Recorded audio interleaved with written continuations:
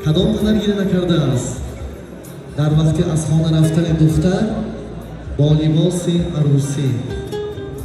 قلب سنگینش پاره پاره نشده است هنگامی که باز دختر تولد شده بود، از او ناریزا بود، از همه درون اشک نریخته است. کدام پدر؟ این قدرت خداوند است.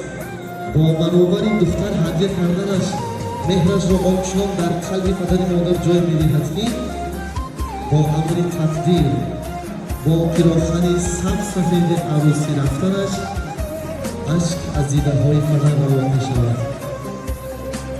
خوش برو ای دختر گلدانه من، مهربانی من، چراغ خانه من.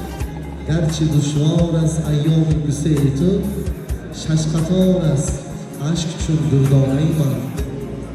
دختر فیض و برکه خاندان است و داده خداوند هزار بار شکرانه کنیم.